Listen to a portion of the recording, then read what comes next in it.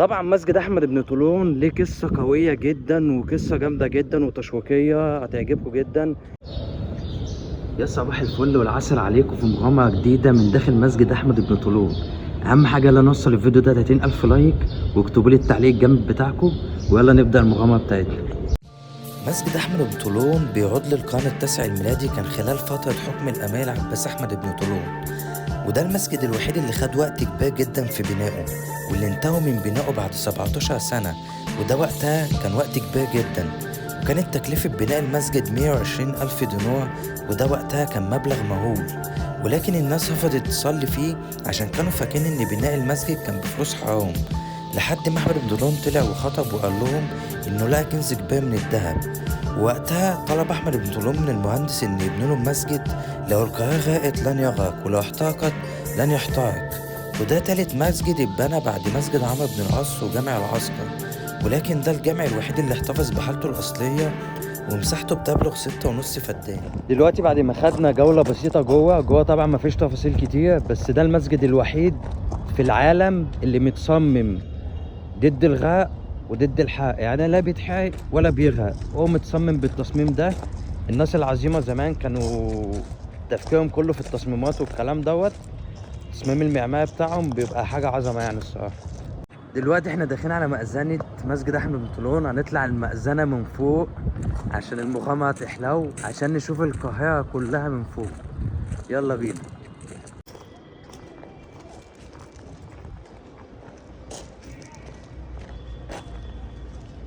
دي المأذنة بتاعت المسجد زي ما انتم شايفين كده، حاجة عظمة والتصميم بتاعها مختلف عن أي مأذنة تاني. دي جاية بتابع كده السلم بتاعها. يلا بينا.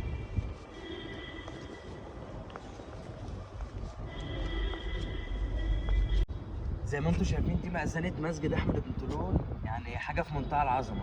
يلا بينا.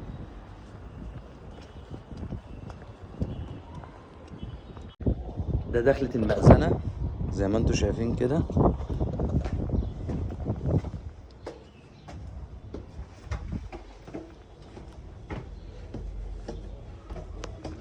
هي المأذنة مش عالية قوي يعني، بس انتوا اول ما تطلعوا المأذنة من فوق هتشوفوا يعني فيو في منتهى الجمال.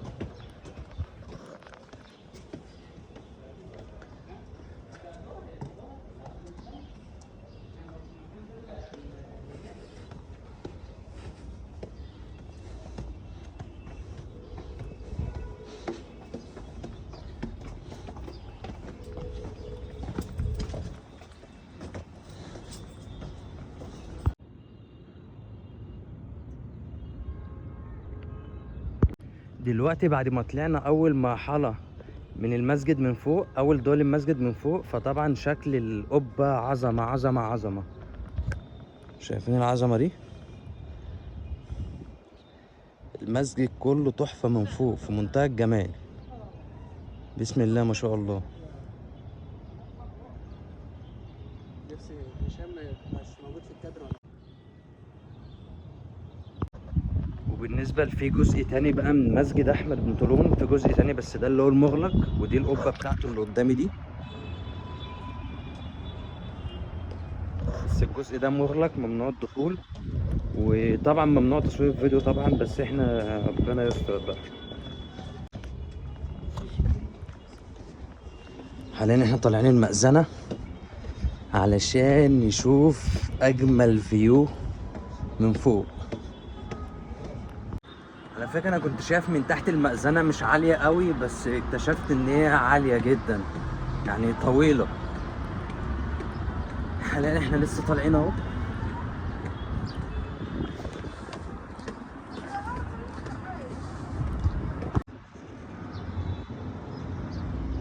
لسه بقى شوية بس هانت. ده دخلت بقى المأذنة بقى اللي هي ايه، طالعة اللي هي الحلزونية دي.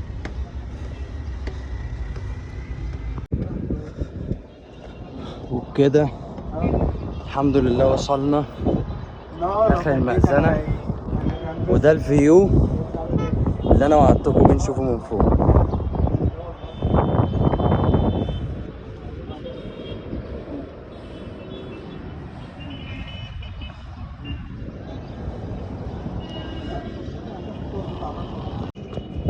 فيو في منتهى العظمة، بسم الله ما شاء الله. يعني على الفيو من فوق يعني جزء كبير جدا من القاهرة باين من فوق. وتعالوا نشوف الجانب التاني من المأذنة، بيجيب المسجد كله من فوق. وده شكل المسجد من فوق. نعمل ايه؟ نعمل ايه؟ نعمل ايه؟ خلاص انت كمان عايز نعمل ميتنج؟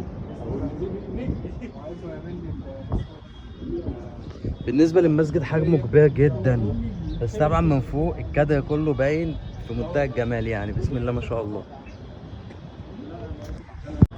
تعالوا في الفيو كله من المأذنة.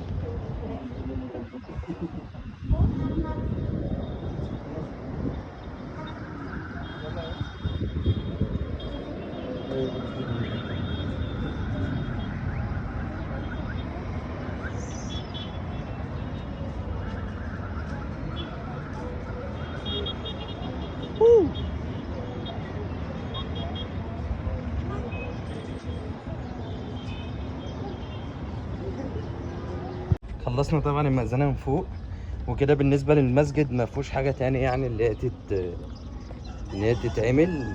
هو المأذنة والمسجد من تحت بس.